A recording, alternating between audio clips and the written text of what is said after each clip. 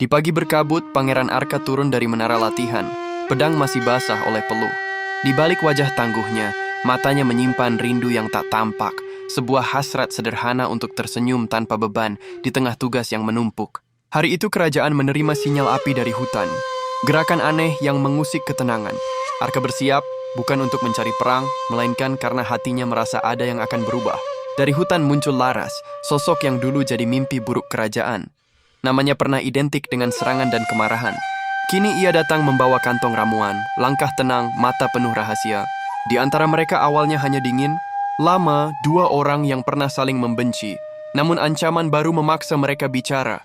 Bayangan-bayangan kecil yang merusak pohon dan menyuramkan sungai. Perjalanan mencari sumber gangguan jauh dari sorak kemenangan. Laras sinis mengejek cara Arka. Arka tegas membalas setegas hatinya. Namun hutan memperlihatkan kebenaran. Laras mengenal setiap jejak dan suara daun. Arka punya tenaga yang membuka jalan saat tanah longsor menutup rute. Ketika kecakapan bertemu, terbentuk kerja sama rapuh, bukan cinta, melainkan ikatan yang meretakkan prasangka. Malam ketiga mereka menemukan anak rusa gemetar. Laras menunduk, tangan gemetar menyentuh bulu halusnya. Arka diam, terkejut pada kelembutan yang tak ia duga. Mereka merawat rusa itu, memberi ramuan, menyalakan lentera. Momen kecil ini mengubah persepsi. Dulu lawan, kini pelindung bersama. Hangat tumbuh bukan lewat kata muluk, melainkan lewat tindakan sederhana yang bermakna. Puncak konflik datang saat mereka menjumpai pabrik mesin tua. Sisa perang lama menggetarkan tanah dan memuntahkan percikan yang membuat akar-akar marah. Mesin itu mengumpulkan energi hingga menciptakan badai kecil yang mengganggu hutan. Laras tahu formula untuk menonaktifkannya. Arka harus menahan penghalang mekanis yang masih hidup. Ketegangan memuncak. Satu langkah salah bisa memicu kebakaran. Mereka tak punya waktu memikirkan masa lalu, hanya pilihan untuk saling percaya. Di hadapan mesin, Arka mengetuk rangka tua dengan pedang, menciptakan ritme yang mengacaukan mekanisme. Laras meracik ramuan, menahan uap berbahaya. Ketika suara mesin melemah dan hutan menghela napas, sebuah letupan kecil, kembang api dari perayaan lama, meledak lucu, memecah ketegangan. Tanpa sadar, tawa mengalir di antara mereka, pelepasan yang menandai berakhirnya ujian. Dalam perjalanan pulang, cerita masa kecil mengalir. Laras bercerita tentang desanya yang dulu ia lindungi.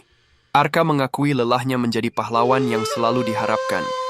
Cerita-cerita itu menambal dinding keras hati mereka. Pengakuan membuka jalan bagi pengampunan, dan pengampunan memberi ruang bagi sesuatu yang lebih lembut. Kembali ke istana, rakyat memandang penasaran. Arka dan Laras berjalan berdampingan, bukan untuk pamer, melainkan karena langkah mereka kini seirama. Bisik-bisik dan sorak muncul, tapi yang paling bermakna adalah tatapan singkat mereka, pengertian tanpa kata. Masa lalu jadi pelajaran, bukan beban. Di bukit, mereka duduk menikmati angin sore. Tidak ada adegan dramatis berlebihan, hanya dua jiwa yang merasa aman dalam kehadiran satu sama lain. Arka memberi sehelai daun sebagai pengingat ramuan yang menyelamatkan pohon. Laras menekannya di dada. Kehangatan terasa bukan dari ciuman megah, tetapi dari perjalanan panjang yang membuat momen sederhana sangat bernilai. Cerita berakhir dengan rasa penasaran hangat.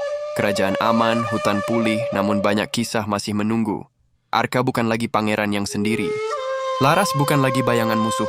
Mereka membawa kisah baru tentang kerjasama, persahabatan yang tumbuh dari pengertian, dan cinta yang lahir dari hal-hal tak terduga, meninggalkan penonton dengan senyum lembut dan tanya, kemana langkah mereka selanjutnya?